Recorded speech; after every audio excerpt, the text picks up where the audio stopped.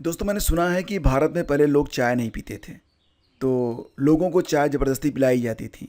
जब भारतीय सड़क पर निकलते थे तो जगह जगह स्टॉल लगाए जाते थे और चाय बांटी जाती थी। कुछ दिनों के बाद भारतीयों को लगने लगा कि चाय से बड़ी फुर्ती आती है। उसे वो यूज़ करने लगे। तब चाय बहुत ही सस्ती हुआ करती थी। धीरे धीरे लोगों को इसकी आदत पड़ने लगी और चाय महंगी होने लगी, और फिर चाय की कीमत इतनी ज़्यादा बढ़ गई कि अब स्थिति ये है कि अगर चाय ना मिले तो लगता है कि भैया पूरी प्रॉपर्टी ले लो, बस चाय पिला दो। वही स्थिति अब बीएसएनएल हो या फिर वोडाफोन हो या फिर एयरटेल हो, मोबाइल कंपनियों ने भी यही हालत कर दी है। फिलहाल देखा जाए तो सबसे पुराना खिलाड़ी जो इसमें उतरा है वो बीएसएनएल ही है, लेकिन अभी भी वो दौड़ना सीख रहा है। और सबसे बाद में आया था जियो। इसने पूरे मार्केट पर कब्जा कर लिया। जियो ने सबसे पहला काम ये किया कि लोगों को मुफ्त, है ना, वो मुफ्त में खाने की आदत डाली।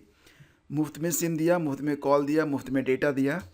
और उसके बाद उसने क्या किया, उसके बाद उसने रिचार्ज प्लान लॉन्च किए, फिर थोड़े महंगे किए, फिर और महंगे किए, और फिर बहुत कुछ किया। आपको सब पता है। आज स्थिति ये है कि जियो के जो रिचार्ज हैं वो बहुत ही कास्टली बन चुके हैं। और अगर जियो ऐसा कर सकता है तो बाकी जो दो कंपनियां हैं, अब तो भारत में मात्र चार कंपनियां ही बची हैं। अब यूँ कह लीजिए कि बीएसएनएल और एमटीएनएल तो दोनों लगभग एक ही हैं, ठीक है। तो जियो ने क्योंकि अपने रिचार्ज रेट बढ़ा दिए, वो भी लगभग 26% से, तो ना तो वोडाफोन पीछे रहा और ना ही एयरटेल। अब रिचार्ज की स्थिति ये बन चुकी है कि जो रिचार्ज आपको पहले मिलता था लगभग 666 रुपये में, उसकी कीमत में लगभग 150 रुपये तक का इजाफा कर दिया गया है। ऑन एवरेज आपका जो रिचार्ज था वो 150 रुपये के आसपास महंगा हो चुका है। पूरे प्लान्स आपको पता हैं, और फिर भी देखना चाहते हैं तो मैं आपको दिखा देता हूँ जियो का जो सबसे मिनिमम प्लान है वो क्या। तो यहाँ पर 749 रुपये में आपको 72 दिन की वैधता मिल रही है और 2 GB per day plus 20 GB extra दे रहे हैं। इसके अलावा 84 डेज पर 1029 रुपये आपको देने पड़ेंगे। और 365 दिन का जो रिचार्ज है, 365 डेज, ये एनुअल रिचार्ज है। इसमें आपको लगभग 3599 रुपये। बाकी प्लान्स आपको पता है कि सबसे ज़्यादा जो चर्चित प्लान आपका हुआ करता था 666 वाला, वो प्लान भी अब काफ़ी कास्टली हो चुका है, ठीक है। तो 1.5 GB वाले में आता था ये 666 वाला, इसमें अनलिमिटेड 5G मिलता था, लेकिन अब 5G आपको अनलिमिटेड नहीं मिलेगा। 666 में अब ये 70 दिन की वैधता मिलती है, और अगर इसे आप 84 डेज में ले जाना चाहते हैं तो लगभग आपको देने पड़ेंगे 799 रुपये, ठीक है। तो काफ़ी ज़्यादा रेट यहाँ पर बढ़ चुका है। अब बाकी जो दो कंपनियां हैं उनके टैरिफ भी आपको पता है। तो यही एक वजह है कि अगर आप बीएसएनएल को देखेंगे तो बीएसएनएल के लिए एक सोशल मीडिया में फिर से आकर्षण उत्पन्न हो गया है। एक ट्रेंड चल रहा है, switch to BSNL, BSNL network, switch to port to BSNL, ये सब मतलब ट्रेंडिंग में है। आप देख सकते हैं यहाँ पर कि पोर्ट टू बीएसएनएल करके यहाँ पर बड़ी संख्या में लोग पोर्ट करवा रहे हैं बीएसएनएल में। वैसे फ्रेंड्स, यहाँ पर अगर बात करें बीएसएनएल के बारे में, तो बीएसएनएल को लेकर आपका क्या अनुभव है ये आप शेयर जरूर कीजिएगा। मुझे तो लगता है कि बीएसएनएल का सबसे बड़ा इशू जो है वो ये है कि बीएसएनएल में नेटवर्क इशू सबसे ज़बरदस्त है। इसमें कॉल तो लगती नहीं है, कॉल लग भी जाती है तो जो आपका डेटा है वो सही से नहीं चलता है। अगर बीएसएनएल ऑन एवरेज भी सर्विस प्रोवाइड करता तो मुझे नहीं लगता कि बीएसएनएल को छोड़कर लोग कहीं और जाते हैं। लेकिन कहीं ना कहीं इसमें देखा जाए तो एक बड़ा खेल हुआ है बीएसएनएल के साथ भी। बीएसएनएल में 20 साल पहले 2000 के आसपास जब मैंने बीएसएनएल का सिम लिया था, उस समय जितने नेटवर्क आते थे, वर्तमान समय में सेम लोकेशन पर उतने नेटवर्क अभी भी आते हैं या फिर नहीं ही आते हैं। मतलब स्थिति ये है कहीं कहीं पर कि बिजली है तो नेटवर्क है, बिजली गई तो नेटवर्क गया। और रही बात डेटा की, तो डेटा ये ज़बरदस्त ऑफर करते हैं डेटा को, लेकिन फिर भाई जो डेटा है ना वो चलता ही नहीं है। मतलब 2G डेटा तो कोई मतलब नहीं रखता आजकल, क्योंकि काफ़ी हैवी साइट्स बन चुकी हैं। 3G डेटा इनका आता नहीं है, 4G इनका कहीं कहीं पर है, 5G है ही नहीं है।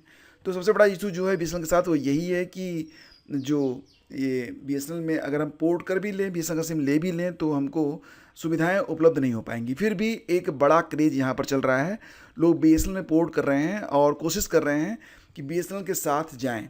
तो आप यहाँ पर देख सकते हैं कि कितना लंबा कैंपेन यहाँ पर चल रहा है। वजह क्या है कि अभी बीएसएनएल ने अपने रिचार्ज की कीमतें बढ़ाई नहीं हैं।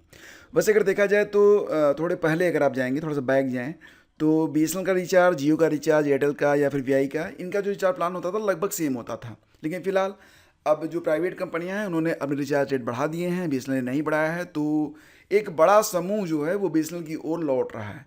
तो अगर आप न्यूज़ को देखेंगे तो आप यहाँ देख सकते हैं, good days for BSNL SIM की बिक्री में 3 गुना इजाफा, लाखों यूजर्स ने नंबर कराया पोर्ट। तो जियो और एयरटेल के प्लान महंगे होने से बीएसएनएल की ओर दौड़े लोग, कई गुना बढ़े उपभोक्ता। अभी फिलहाल दैनिक भास्कर ने एक न्यूज़ यहाँ पर दी है कि बीएसएनएल के प्रति मोबाइल यूज़र का रुख बढ़ा, 6 दिनों में 2,500 नए ग्राहक बढ़े। मतलब ये एक स्पेसिफिक जगह की पोस्ट है, धनबाद की है, लेकिन आप देखेंगे तो लगभग हर जगह से बीएसएनएल के लिए लोग पोर्ट कर रहे हैं। और एक ट्रेंड चल रहा है इसमें सोशल मीडिया में कि पोर्ट टू बीएसएनएल, लोग बीएसएनएल पर वापस आना चाहते हैं। लेकिन फ्रेंड्स यहाँ पर एक बड़ी समस्या है, हालांकि कहीं कहीं पर ये भी आपने देखा होगा जो आप यहाँ पर पढ़ रहे हैं कि बीएसएनएल पूरे भारत में 4G और 5G सेवाओं के लिए 1.12 लाख टावर लगाने जा रहा है।